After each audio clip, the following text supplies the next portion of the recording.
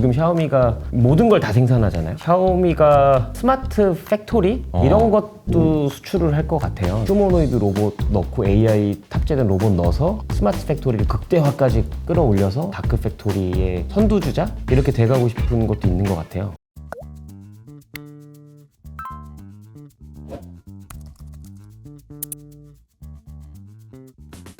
안녕하세요, 이호석입니다. 오늘은 백서인 교수님 모셨습니다. 안녕하세요. 안녕하세요. 네, 저희 채널에는 처음이시니까 네. 소개 한번 좀 부탁드리겠습니다. 네, 안녕하세요. 지금 한양대 에리카 글로벌 문화통상학부에서 중국 첨단기술, 첨단산업 연구하고 있는 백서인이라고 합니다. 반갑습니다. 중국 첨단 산업을 연구하신다라는 걸 들으면 아시겠지만 제가 생각할 때 중국 관련해서는 거의 우리나라의 거의 최고 전문가 분 중에 한 분이세요. 그래서 어떻게 인연이 돼서 저희 채널에 나와주셨는데 오늘 이제 여러 가지 여쭤보고 싶은데 그 중에서도 이제 최근에 중국에 있는 기업들이 만만치 않게 이게 올라오고 있는 것 같아요. 사실 어떻게 보면은 중국 내에서는 원래 잘하고 있었는데 왜 이렇게 호들갑이야 이럴 수도 있지만 요즘에 좀 많이 부각되고 있거든요. 교수님께서 보시기에 야, 이 회사 좀 대단하다. 어떤 회사가 제일 인상적이세요? 진짜 많긴 많은데요. 일단은 AI 이런 쪽 보면은 네. 기존의 빅테크 중에는 바이트댄스 굉장히 대단한 정말 대단한 회사고 네. 저는 BAT 중에는 5G 비즈니스 모델 만드는 건 텐센트가 진짜 잘하는 것 같아요. 네. 텐센트가 굉장히 잘하고 그다음 전기차는 BYD가 당연히 잘하고 최근 이제 지리 자동차라든가 원래 네, 전통적으로 내연기관 생산하던 기업들 중에도 사실 지리 자동차 같은 데 굉장히 잘하고요. 오. 뭐 로봇 기업은 또 요즘에 춘추 전국 시대라서 유비테크가 지금 제일 앞서 있긴 합니다. 이 외에 저희가 조금 관심을 덜 갖는 직군들이 있죠. 공기업 하면 저희가 뭐 시노팩이라던가 뭐 이런 데만 그쵸, 생각하시잖아요. 그쵸. 근데 저희 생각보다 꽤 많은 예를 들면 중장비나 이런 데의 중국 공기업들도 지금 해외에서 점유율이 되게 높습니다. 아, 그래요? 네, 그런 데들도 지금 좀 잘하고 있고요. 어허. 뭐 AI 기업은 사실 너무 많죠. 이런 기업들이 바로 저는 떠오르는 것 같습니다. 그러면 그 말씀해 주신 내용 순서대로 좀 여쭤볼까요? 네네. 바이트댄스가 뭐 그렇게 대단해요? 바이트댄스는 일단은 사실은 원래 BAT라는 바이두, 알리바바, 텐센트라는 네. 세 기업이 중국을 딱 어떻게 IT를 먹고 있었잖아요. 그러니까 뭐 미국의 뭐 마가 뭐 이런 게 있다면 네, 그렇죠. 그러니까 바이트댄스, 알리바바, 텐센트 이렇게 세 개 있는 거죠? 바이두, 알리바바, 텐센트.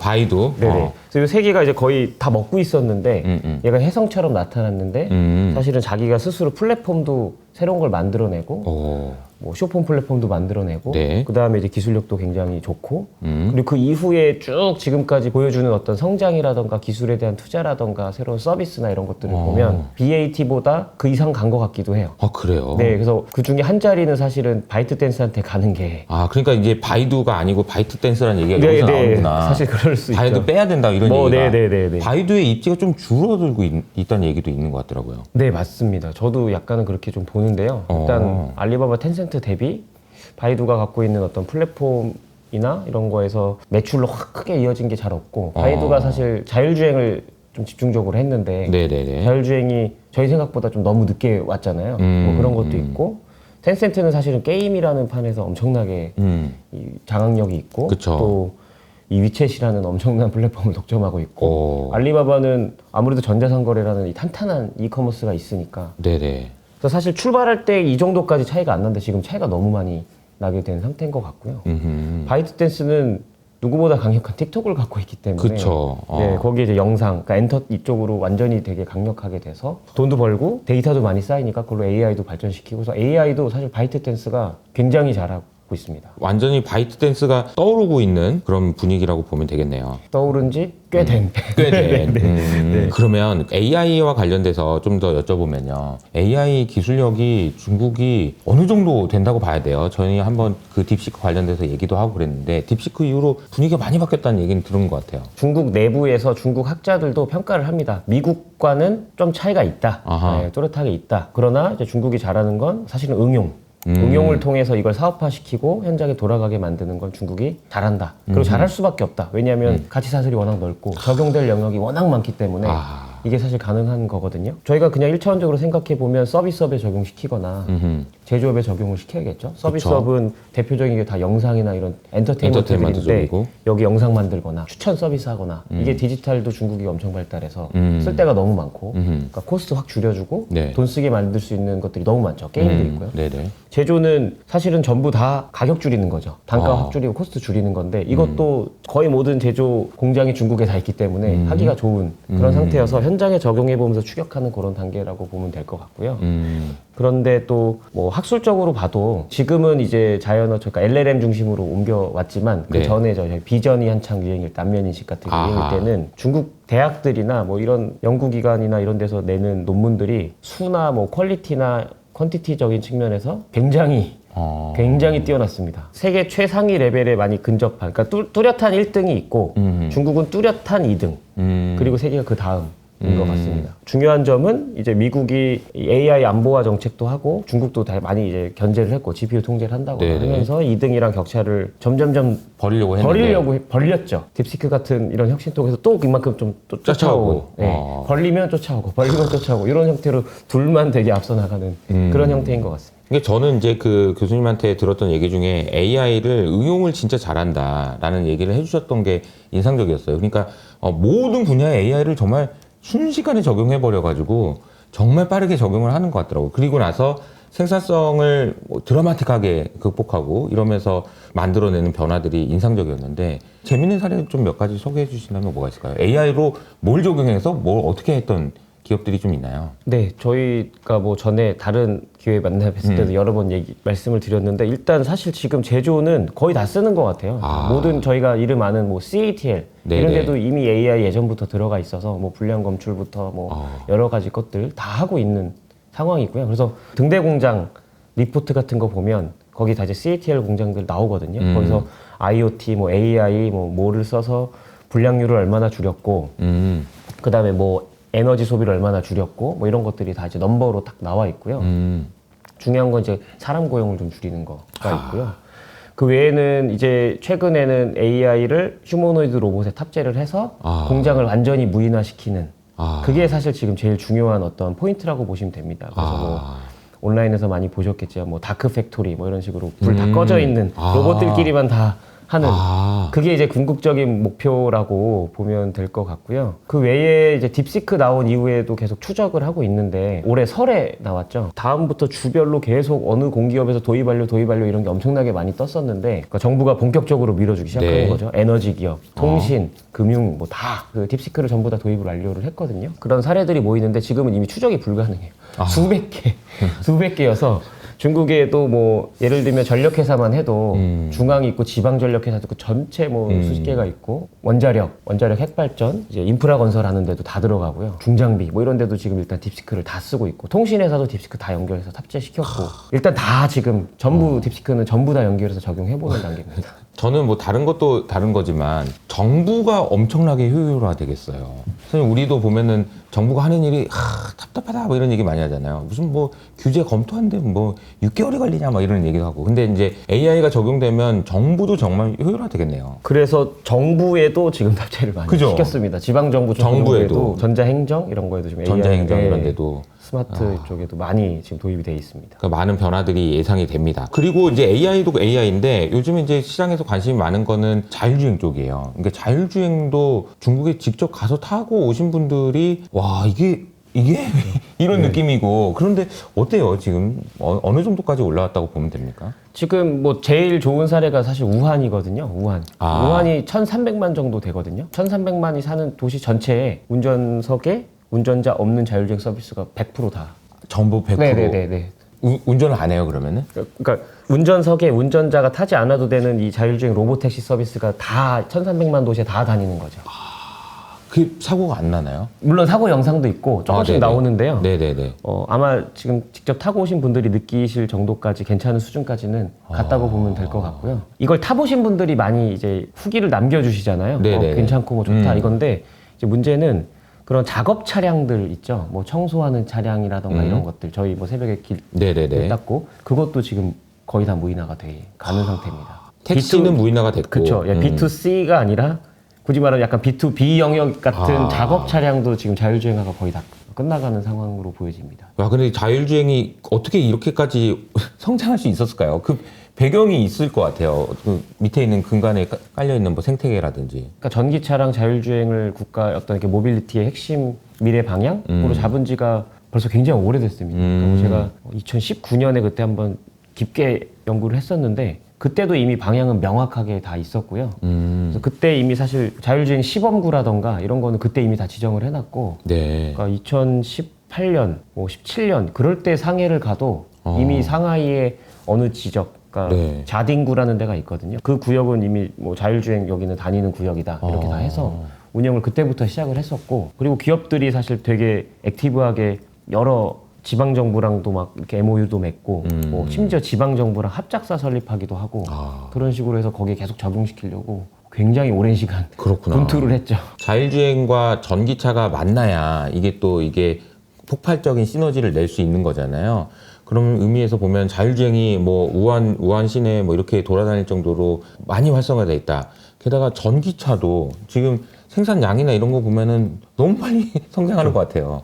어때요? 전기차 쪽은? 전기차는 뭐 거의 이제 중국 기업들이 점령했다라고 봐도 될 정도로 너무 많이 성장을 했죠. 네. 전기차도 근데 아주 오래 전부터 정부 정책적으로도 밀어주고 또 관련된 정책들이 아주 많았죠. 배터리부터 시작하면 우리나라 입장에서는 사실은 당했죠. LG가 중국에다 공장을 배터리 공장 다 지어서 네. 출하하려고 하니까 그때 갑자기 이제 딱 배터리 규제 비슷하게 했죠. 그래서 중국산 배터리를 탑재한 전기차에만 보조금을 주겠다.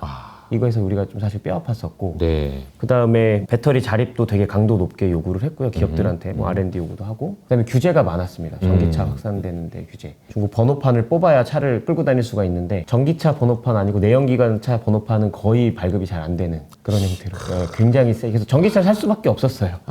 네.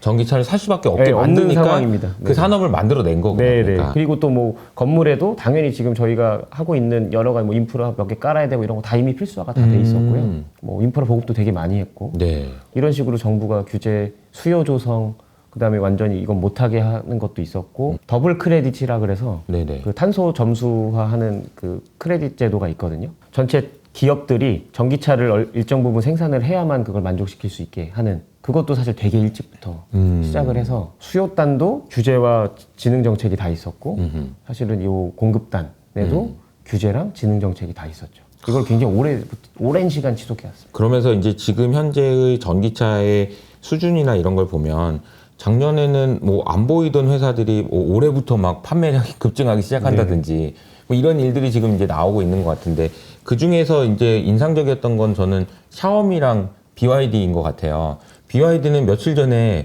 5분 만에 충전이 된다는 걸. 네. 그게 말이 됩니까? 어떻게 5분 만에 충전이 돼요? 그게 또 한 번 또 난리가 나서. 그게 사실인가요? 그게?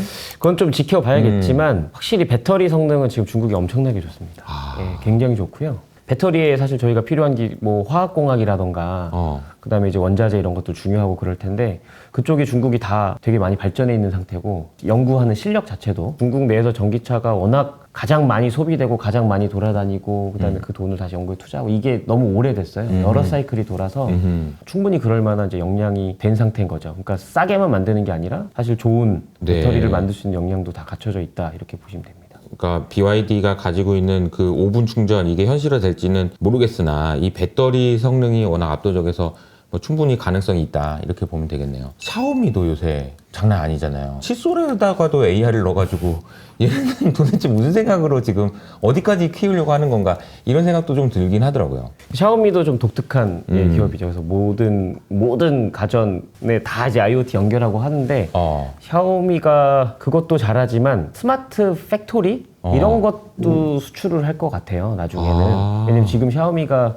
모든 걸 다 생산하잖아요. 네. 되게 다양한 제품군. 네. 뭐 자동차도 생산하고 말씀하신 것처럼 칫솔, 그리고 이제 체중계 뭐 이런 것도 하는데, 그러니까요. 그거를 다 생산을 하고 마진이 남는 거잖아요. 적게 남겠지만. 근데 그거를 지금 완전 휴머노이드 로봇 넣고 AI 탑재된 로봇 넣어서 그것까지 더 이제 사실 스마트 팩토리를 더 극대화까지 끌어올려서 아까 말씀드린 그런 다크 팩토리의 약간 선두주자?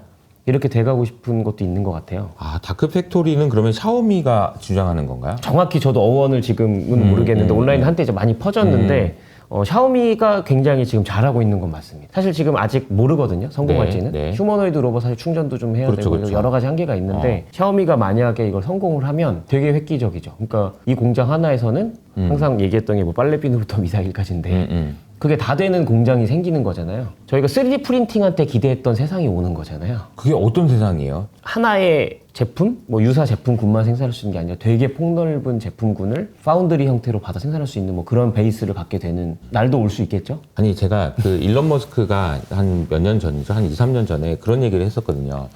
Our factory is a product라는 표현을 썼었거든요. 네네. 우리 공장 저기 미국 곳곳에 있잖아요. 이 공장 자체가 프로덕트야. 나중에는 이 공장을 팔게 되는 날도 있을 거예요. 그러니까 산업공학적인 측면에서 생산력에서 이제 압도적인 끝판왕을 달성했으니 이걸 팔겠다 이런 야심이었던 것 같은데 샤오미도 그걸 하겠다는 거네요. 그러니까 공장을 팔게 이런 느낌인 거죠. 그렇죠. 뭐 팩토리 애저 서비스 뭐 이런 형태로 팩토리 애저 서비스. 네, 그런 형태로 지향하고 있지 않을까. 네. 그리고 가능성이 그러니까 경쟁력이 꽤 있어 보여요. 그러니까 이제 결국은 과거에는 이제 비교 우위론 뭐 이래가지고요. 그렇죠. 야, 내가 더 잘 만들긴 한데 너도 좀 이렇게 해서 너도 좀 만들고 나도 살고 이런 느낌이 있었는데 지금 이제 돌아가는 판을 보면 그냥 내가 다 할게. 뭘 니네들이 하려고 그러냐. 내가 그냥 다 만들게. 이런 분위기로 가는 것 같아요. 그러니까 이제 흔히 말하는 그 곡선이 깨진 거죠. 그렇죠. 그러니까 싼데 성능도 더 좋은 게 나와 버리는 거죠. 예, 그게 사실 AI 때문에도 가능했고 중국이라는 후발주자가 AI를 못 써야 이게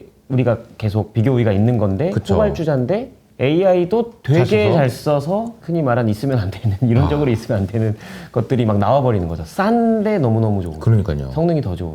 말씀하신 대로 뭐 다크 팩토리든 팩토리가 스마트 팩토리든 이렇게 되잖아요. 그러면 생산량 자체가 기하급수적으로 커지는 거 아닌가요? 우리가 로봇을 만들려고 하고 있는데 로봇이 물건을 만드는 세상이 돼버리면 그거는 그냥 계속 돌아갈 수 있는 거잖아요. 가동률이라는 것도 애매해지는 것 같고 생산 캐파라는 것도 막 계속 커질 수 있는 것 같고 그러면 어떤 세상이 되는 걸까요? 글쎄 그것까지는 제가 잘은 모르겠지만 네. 일단은 뭐 어떤 균형에 가기 전까지는 공급 과잉이 뭐 많이 올 수도 있을 그쵸. 것 같고요. 공급 과잉은 사실은 뭐 중국 기업들도 중국도 좀 싫어하는 거긴 하죠. 이게 골치 아픈 문제긴 해서 이것도 뭔가 돌파구가 나올 수도 있지 않을까라는 생각도 있거든요. 사실 많이 생산하는 건 또 그만큼 생산해야 가격이 또 나오고 그런 떨어지는 것도 거니까. 있는데 네. 그때그때 원하는 만큼만 생산해도 원가 컨트롤이 가능하다거나 뭐 아하. 이렇게 될 수도 있는 거죠. 그러니까 저희가 AI 할 때 보통 패션의 쉬인 뭐 이런 얘기 많이 하잖아요. 네네네. 쉬인이 뭐 엄청나게 쏟아내잖아요. 다품종을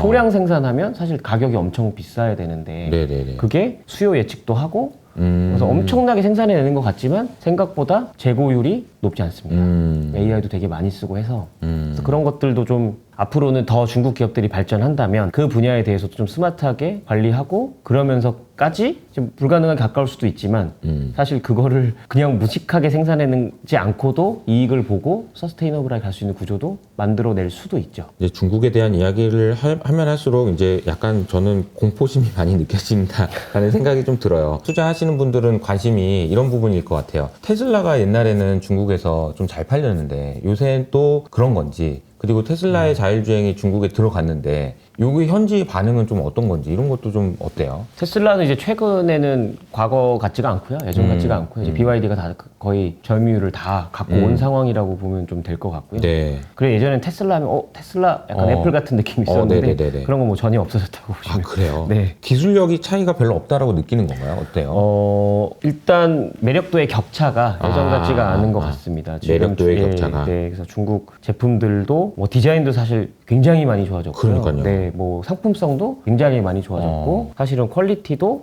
성능도 거의 사실 지금은 많이 따라가서 격차가 좀 미미하다고 볼 수가 있을 것 같습니다. 그러니까 그 정도 가격에 살 만큼 이런 건 없다. 뭐 이런 느낌이네요. 그죠? 예, 그렇죠. 애플은요? 애플은 그래도 많이 떨어졌지만 하방이라는 게 어느 그렇구나. 정도는 그래도 미니멈하게 방어가 되는 게 아닐까. 아, 예. 그러니까 결국 이런 거잖아요. 중국 사람들이 뭐 애플이든 테슬라든 뭔가를 샀을 때 하차감이라고 하나요? 뭐, 그렇죠. 나 야, 예, 이 차, 예. 나 이 차, 네네네. 테슬라 차 주인이야. 이런 느낌을 좀 덜 받나 보네요. 과거에 비해서는. 그렇죠. 테슬라 자체가 또 예를 들면 사이버 트럭이나 아. 기억하시겠지만 모델 S인가요? 모델 그런 고급 네, 그쵸. 이런 거를 계속 강조했으면 계속 그거는 갔을 여전히 텐데. 인기가 있을 것 같아요. 그리고 사실 뭐 사이버 트럭 이런 건 중국에서 여전히 인기 있을 것 같아요. 네네. 굉장히 하차감이 좋잖아요. 좋고. 아, 네, 그러니까요. 네, 근데 이제 사실 모델 3라던가 모델 Y 뭐 이렇게 보급형은 보급형으로 경쟁하면 중국에서 살아남을 수가 없죠. 보급형은 살아남은 케이스가 없습니다. 보급형은 살아남을 수가 없고 살아남은 케이스도 없습니다. 이쯤에서 이제 제가 이 질문을 좀 드리고 싶은 게 중국에서 장사를 하고 싶다 하는 이제 우리나라의 기업이 있다라고 했을 때 과연 남아 있는 게 좀 있나요? 이게 이제 과거에는 이제 우리가 가서 뭐 또 하고 우리나라에서도 삼성도 들어가고 롯데 뭐 전부 다 들어갔다가 다 나왔잖아요. 남아 있는 게 있을까요? 저희가 익숙히 아는 것들은 뭐 남아 있다고 보기가 어렵고요. 뭐 갤럭시, 현대차 이런 거 다 점유율 1% 미만이고 사실 우리가 지금 현재 냉정하게 봤을 때 중국에서 그래도 한국산이라는 게 팔린다 이러면 그나마 콘텐츠라던가 아니면 이제 먹는 거라던가 그리고 뭐 제가 떠오르는 대로 말씀드리면 뭐 이제 약간 유아용품 이런 것들은 아직 중국이 좀 못 따라오는 것 같거든요. 네. 특히 이제 먹는 거, 뭐 네, 유아용품 뭐 이런 것들 정도겠죠. 화장품, 근데 화장품도 사실 많이 그러니까요. 따라왔는데 저희가 그래도 안전 기준이나 이런 관리하는 신뢰 이런 게 중국보다는 그래도 조금 더, 우리가 평균적으로 높을 거니까 거기에 대한 약간의 그런 신뢰 정도 그런 것들이 좀 남아 있지 않을까 싶습니다. 과거에는 이제 우리가 수출로 해서 중국에서 이렇게 잘 돼야 되는데 중국이 너무 잘해버리니까 자기 저 안에서 게다가 제가 봐도 그냥 공급 과잉인 것 같은데 막 공장을 더 짓는다고 하니까 사업을 하기가 되게 어렵겠다 이런 생각이 좀 듭니다. 샤오미의 다크 팩토리 뭐 그리고 BYD의 충전 기술이라든지 엄청나게 지금 빠르게 성장하고 있다라는 이야기를 해주셨는데 교수님이시니까 제가 이제 질문의 방향을 좀 바꿔서 연구를 하고 계신 거잖아요. 중국 대학교당도 이렇게 많이 왔다 갔다 하시면서 느끼신 게 되게 많을 것 같은데 일단은 중국의 대학의 경쟁력이나 이런 거가 많이 높아졌죠.